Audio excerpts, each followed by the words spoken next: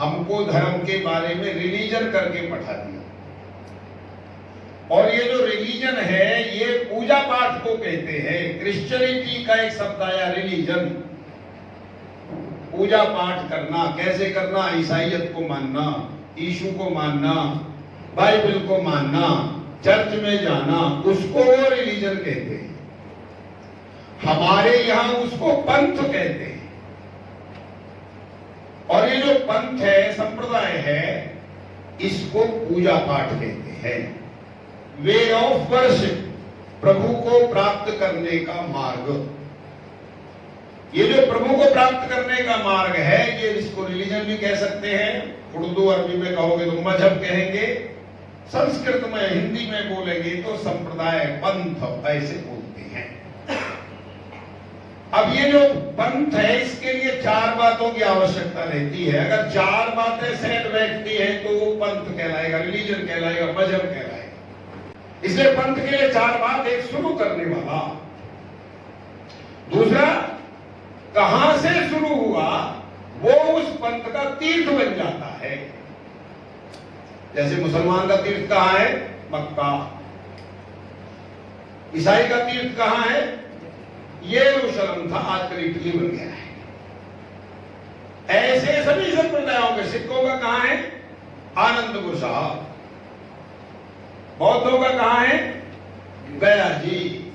ऐसे जितने भी संप्रदाय हैं उन सबका, वल्लभाचार्य संप्रदाय का छत्तीसगढ़ में है, रायपुर के पास।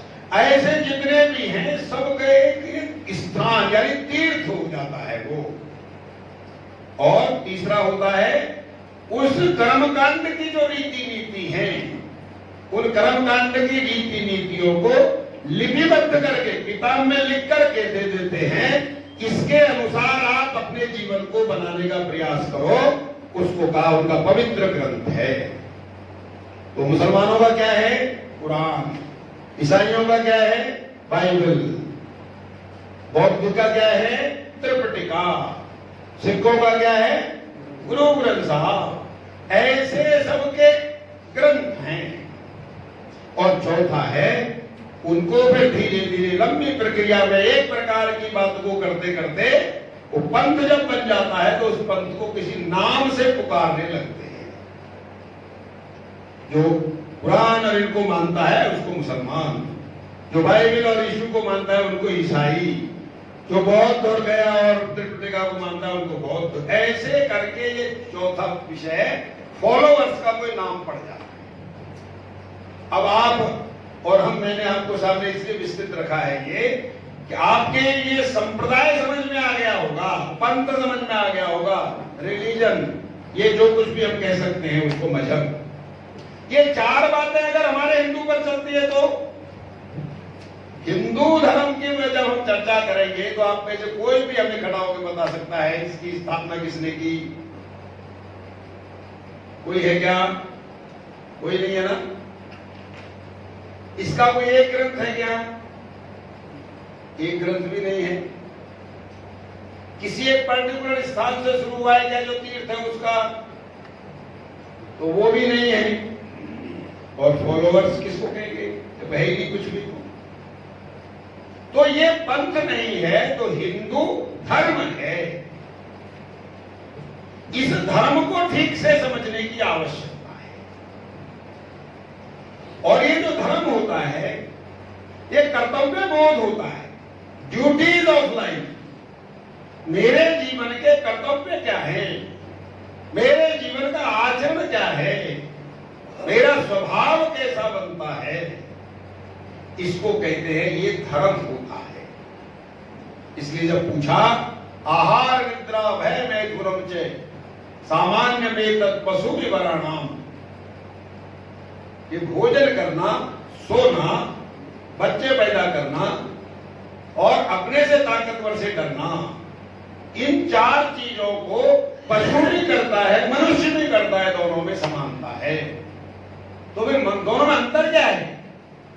तो तुरंत बताया धर्म ही तेषाम अधिको विशेष धर्मेण हीना पशु भी समाना। जो धर्म का पालन करता है, जो स्वभाव से, आचरण से धर्म को समझ करके पूरे काम करता है, उसको ही भगवान कृष्ण ने गीता में यज्ञ कहा है कि प्रत्येक कार्य को यज्ञ समझ के करना चाहिए, अपनी ड्यूटी को यज्ञ समझ के करना चाहिए।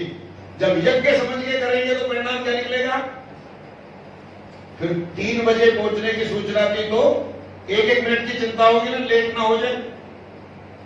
यज्ञ करके जो करेंगे, यहां बैठक में आना है 3 बजे का मतलब फिर 3 बजे होगा, क्योंकि यज्ञ समझ के कर रहे हैं हम। अगर हमने उस बैठक में आने को यज्ञ नहीं समझा तो भी परिणाम क्या होगा? चले जाएंगे, पहुंच जाएंगे, क्या होने वाला है? पहाड़ थोड़ी टूट रहा है।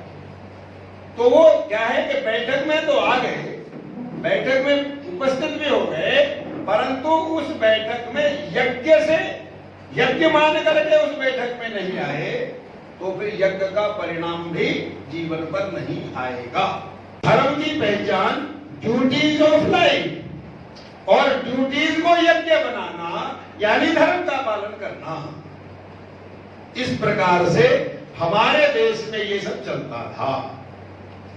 अब ये जो धर्म है ये हमने 3 भागों में हमारे समाज के लोगों ने बांटा। इसको अगर बांटना है, हमारे आप कहा तो ये है कि धर्म के प्रकार यानी ड्यूटीज ऑफ लाइफ, लेकिन हमें क्या बना दिया? हिंदू, मुस्लिम, सिख, ईसाई आपस में है भाई भाई, ऐसे बोल दिया। यानी हमारे महापुरुषों ने क्या कहा था? सभी धर्म समान हैं, एकम सत्यम विप्रा बहुधा वदन्ति, सत्य एक है, विद्वान लोग उसको अपने अपने प्रकार से बताते हैं। लेकिन हमने जो बताया कि सभी धर्म समान है, उसमें जो मंत्र पढ़ रहा है ग्रंथों के वो भी उतना ही प्रमुख है, और जो किसान खेत में हल चला रहा है वो भी उतना ही प्रमुख है, और जो सड़क पर झाड़ू लगा रहा है वो भी उतना ही प्रमुख है, और जो फैक्ट्री चला रहा है वो भी उतना ही प्रमुख है, क्योंकि सभी अपने अपने कर्म को निभा रहे हैं। कोई एक दूसरे के कर्म को नहीं कर सकता, सब अपने अपने कर्म को कर रहे हैं और यज्ञ समझ के कर रहे हैं, तो उसमें छोटे बड़े का भाव नहीं आ सकता कभी। इसलिए हमारे यहां कहा, माता सुबह जगी तो झाड़ू लगाने लगी घर में, बहू जगी तो रसोई में चली गई, बेटा जगा तो जूतों पर पॉलिश वगैरह करने लगा, पिताजी उठे तो दाढ़ी बनाने लगे, और ये सारे एक एक करके सब कर्म कर रहे हैं। लेकिन धर्म समझ के करेंगे तो माता अपने सारे घर के कोने कोने में से कबाड़ निकालेगी, अगर धर्म समझ के करेंगे। और जब धर्म समझ के नहीं करेंगे तो यहां तहां झाड़ू मार करके कहेंगे मैंने झाड़ू लगा दिया। जब वो बहू उठेगी घर में से और रसोई में जाएगी, अगर वो धर्म समझ के करेगी उस काम को, तो फिर दाल का एक एक दाना उंगली के नीचे को निकलेगा, कोई कंकर ना चला जाए, मट्टी ना चली जाए, 4 बार उसको धोएगी, क्योंकि भोजन उत्तम प्रकार का बनना चाहिए।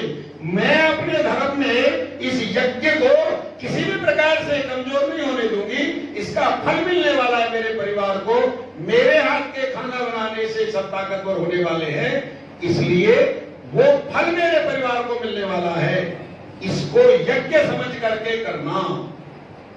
तो फिर धर्म को समझ के अपने कर्म को करेंगे तो पवित्रता आ जाती है। ऐसे सबके बारे में, इसलिए हमारे यहां का सभी धर्म समान है, परंतु दुष्टों ने धर्म की कल्पना ये ना दे करके क्या कर दिया? हिंदू, मुस्लिम, सिख, ईसाई आपस में है भाई भाई। सिख तो हमारा ही है, उसका चिंतन तो हमारा ही चिंतन है सारा का सारा, लेकिन मुसलमान और ईसाई तो साफ साफ कहते हैं कि तुम्हारे लिए केवल इस्लाम, जो अल्लाह में विश्वास रखता है, जो इस्लाम पे विश्वास रखता है, केवल उसी को हम करेंगे, उसी से संपर्क बनाएंगे, बाकी सब दुश्मन हैं, उनको मारना तुम्हारा धार्मिक कर्तव्य है। ईसाई भी यही बोलते हैं सारे के सारे। ईसाई जो यीशु को माने, जो बाइबल में विश्वास रखे, वो केवल हमारा है, बाकी सबको मारना हर ईसाई का धार्मिक कर्तव्य है। इसलिए जो नन होती है उनको जो प्रतिज्ञा कराई जाती है, उस प्रतिज्ञा में क्या है कि अगर गैर ईसाई कहीं भी पल रहा होगा मैं उसको वही नष्ट करूंगी, अगर मां के गर्भ में भी पल रहा होगा तो वहीं जाकर के उसको नष्ट करूंगी। ऐसी प्रतिज्ञा वो करते हैं। क्यों? संप्रदाय बन गए हैं। वो कहते हैं ईसाईयत को जो मानता है केवल वो है स्वर्ग का मालिक, और कोई नहीं जा सकता।